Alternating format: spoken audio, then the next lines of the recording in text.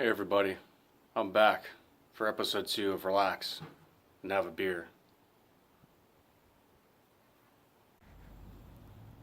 It took me a while to decide what I wanted to talk about this week. There's a lot of stuff going on in the world, and I think what I wanted to do was talk about something that a lot of people are up in arms this week, and that's about DACA. Before you decide to stop the video or not like this video because I'm a white supremacist, I want you to understand that America is a country that thrives because of immigration. It's a nation based off immigrants. Everybody that lives in this country is either an immigrant or has family that came here because of immigration.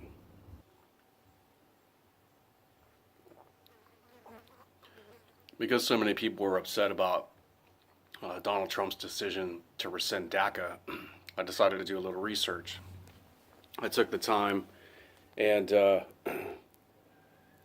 went in and looked at the program and when and why it was started and what it was before because of that and other programs that were like it. And then after that, I took a look at our basic immigration policies and went even further and I looked at some of the immigration policies that the rest of the world has. DACA was implemented in 2012 by Barack Obama, in the summer of 2012. It was put in place to protect the children of illegal immigrants who came to this country. The program was set up so that the kids that were already here didn't have to face the fear of deportation if their parents got caught and were sent home. Gave them an opportunity to stay in a country that might have been the only country they've ever known. They could have been from Mexico or Honduras or Nicaragua, but they've been here since they were children, and their first language is English, and they've never actually lived in their country of origin. I think the notion of that is awesome for two reasons.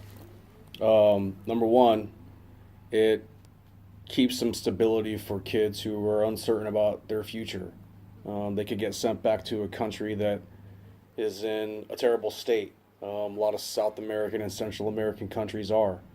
And it also gives an opportunity for us as a nation to grow people who are loyal to this nation because of the things that the nation's done for them. After doing a little bit of research, I found out that the United States of America is the only country in the entire world that has a program like DACA.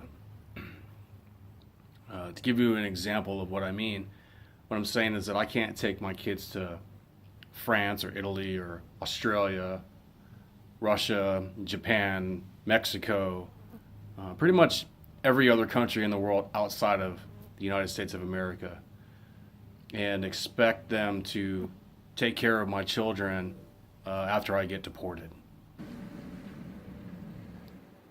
That whole concept kind of blew me away. And it made me dig even deeper. And I started looking into basic immigration policies. Like I said, both for our nation and about 25 other nations in the world. And I found out a couple of interesting tidbits. I found out that pretty much every country in the world has an immigration policy that's at least equal to, and in many cases, more difficult than the immigration policies in the United States of America.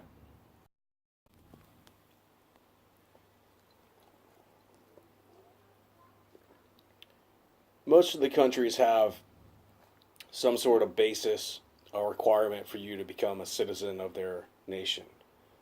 Things like you got to be healthy, you have to be financially stable, you have to have a skill set or the ability to work in their nation to become a citizen. It's pretty much like that across the board. Where it gets kind of tricky is I looked into some of the countries that everybody really wants to go to sometimes. It would be great to be a citizen of, say, Australia. But it's not easy to become a citizen of Australia. You got to apply for your citizenship, and they review your case.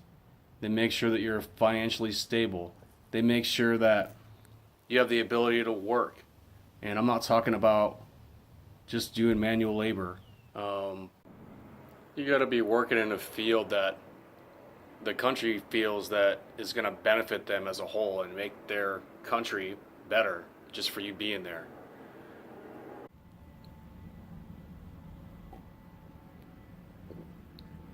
It takes a long time to do that. I believe it takes about 3 years. You have to work in their country under a specific job or title or whatever it is that they allow you to work as. And then at the end, they can still say no, and they can send you packing. The immigration laws there are even tougher now. They demand that you have a command of the Queen's English, which means if you come from a non-English speaking country and you want to be a citizen of Australia, that you may never be able to become a citizen of Australia. And it's not just Australia that has policies like that. Every country in the world basically has the same requirements: financial stability, be healthy, be able to support the community, and make their nation better as a whole. It's literally like a job interview to become a citizen of a nation that's not your nation of origin. A lot of countries look at things like their total population, and they'll turn you away if they think they're overpopulated. They look at things like your past history. Are you criminal? Do you have any diseases? They check all that stuff. They want to make sure that in the end, they're getting a quality citizen. They're getting someone who's going to be loyal to the country and its needs.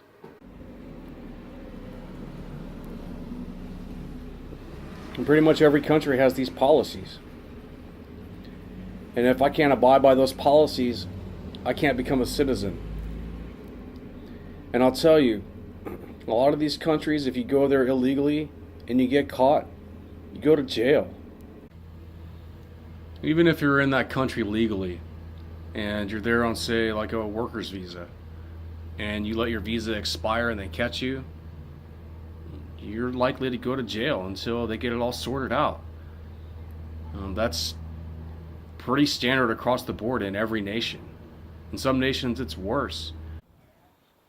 Don't get me wrong, I know that it takes a long time to become a citizen of the United States of America if you're not a citizen by birth. It's one of the only things in this country that takes longer than getting veterans proper health care through the VA.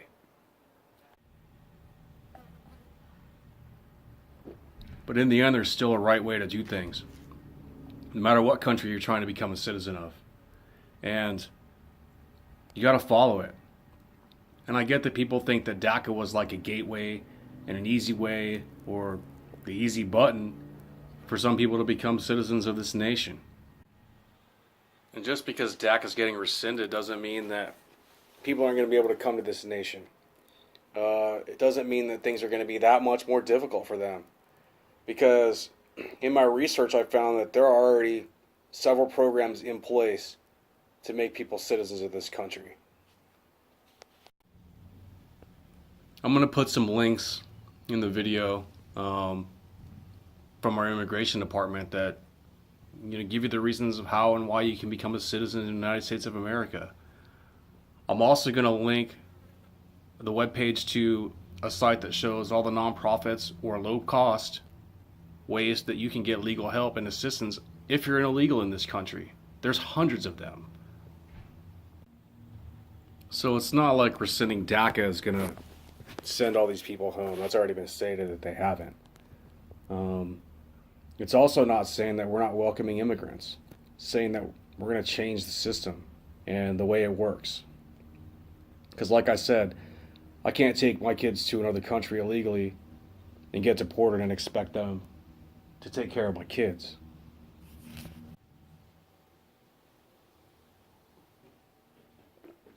Now, we all know that a lot of people want to come to this country to make their lives better, to make their children's lives better. And I get that. I totally do.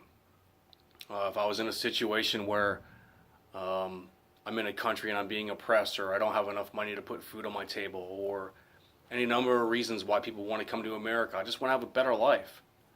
I might take some risks in order to make that happen. But since the inception of DACA, more families have been willing to take those risks. And I'm going to give you a couple of horrific examples.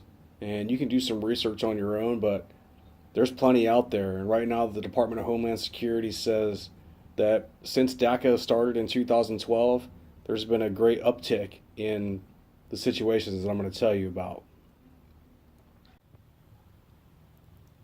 Last month in Texas,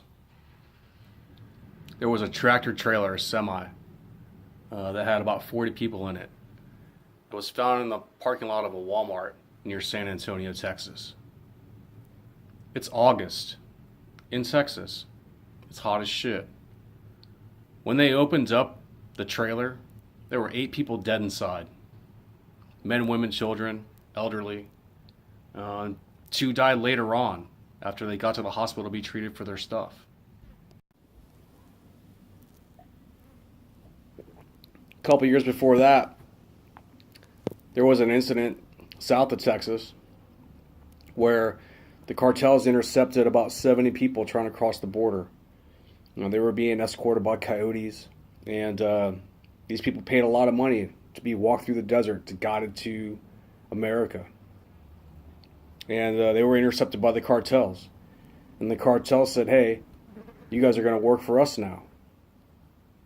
And when they refused, the cartels executed 72 people and left them for dead about 90 miles from the American border. That's not the American dream, folks. I think that a program like DACA actually enhances the risk and the danger because of that. You have parents who say, if I can just make it to the border, my kids can have a better life. And that's unfortunate. I wish that things could be easier. I know that our system's flawed.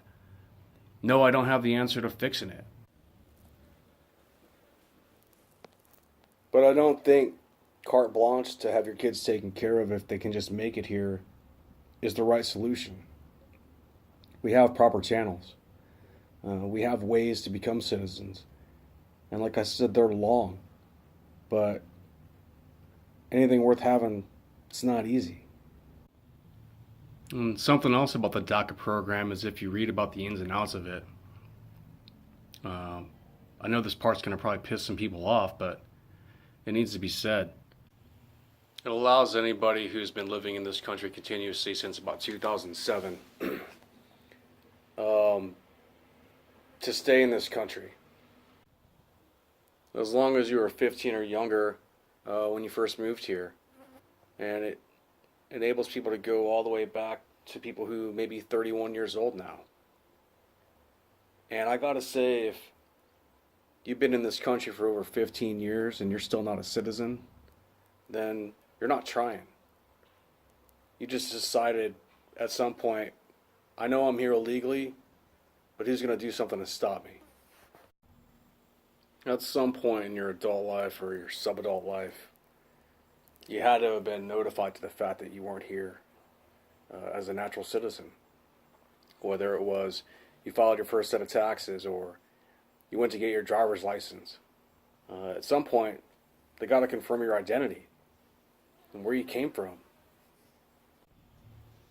And that's the time when you should have gone, oh shit, I could be deported.